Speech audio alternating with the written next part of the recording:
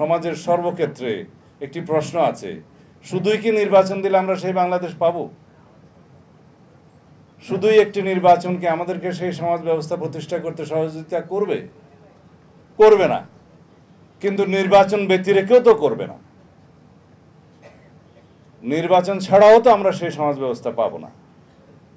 সুতরাং আগামীতে যেভাবেই হোক আমাদেরকে একটি প্রকৃত, একটি ট্রান্সপারেন্ট নির্বাচন ব্যবস্থার মধ্য দিয়ে, আমি ট্রান্সপারেন্ট আর বাংলাটা ঠিক মতো মানে বলতে পারতেছি না, স্বচ্ছ এবং নিরপেক্ষ এবং ইনক্লুসিভ একটা ইলেকশনের মধ্য দিয়ে কেবল গণতান্ত্রিক সমাজ বিনির্মাণ করা যায়।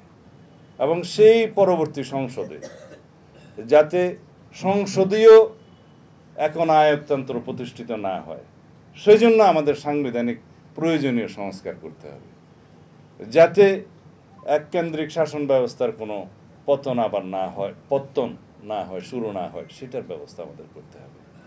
এবং রাষ্ট্রপতি এবং প্রধানমন্ত্রীর ক্ষমতার ভারসাম্য আনয়ন করতে হবে সাংবিধানিকভাবে। সেটা আমাদের অঙ্গীকার আছে, প্রতিশ্রুতি আছে, আমাদের একত্রিত হয়।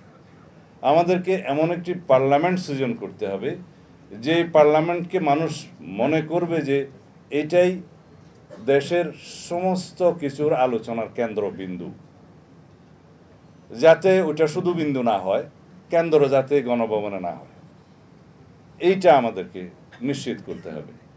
সেই পার্লামেন্টের উপর মানুষ যাতে আস্থা রাখে, সেরকম পার্লামেন্ট আমাদেরকে নিশ্চিত করতে হবে। আমরা অনেক বেশি দিন হারিয়ে ফেলেছি, আমরা অনেক বেশি আত্মত্যাগ করেছি, আমাদের অনেক বেশি বেদনার কাহিনী আছে, কিন্তু সামনের দিনগুলো যেন আমাদের সুখের কাহিনী হয়, আমাদের সন্তানদের জন্য একটা উজ্জ্বল বাংলাদেশের ছবি যাতে আমরা এঁকে যেতে পারি, সেই রকম ব্যবস্থা নিতে হয়। একমাত্র ফ্যাসিবাদ বিরোধী ঐক্য, আরেকটি সামনে ফ্যাসিবাদ থাকলে হয়।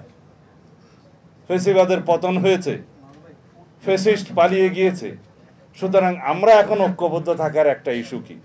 আমরা এখন ঐক্যবদ্ধ থাকার একমাত্র ইস্যু হবে যাতে আমরা বৈষম্যহীন, গণতান্ত্রিক ও সাম্প্রদায়িক একটি সাম্যের ভিত্তিতে একটি সুবিচারের বাংলাদেশ আমরা পাই এবং আইনের শাসনের বাংলাদেশ পাই।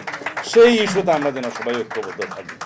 আমাদের গণতান্ত্রিক পথযাত্রায় রাস্তা ভিন্ন ভিন্ন হবে বিভিন্ন দলের, কিন্তু আমরা যেন একটা জায়গায় ঐক্যবদ্ধ থাকি যে এই জাতির স্বার্থকে আমরা ঊর্ধ্বে তুলে ধরব এবং এই জাতিকে আর কখনো অন্য কোনো রাষ্ট্রের করদ রাজ্য হওয়ার জন্য আমরা এই রাজ্য যাতে কোনোদিন এই দেশের কোনো স্বাধীন নাগরিককে অন্য দেশে পাচার না করে দিতে পারে এবং এই দেশের কোনোদিন, আমি আমাকে নিয়ে বলছি, এই দেশের কোনো নাগরিককে যেন কোনোদিন আর আয়না করে না যেতে হয়।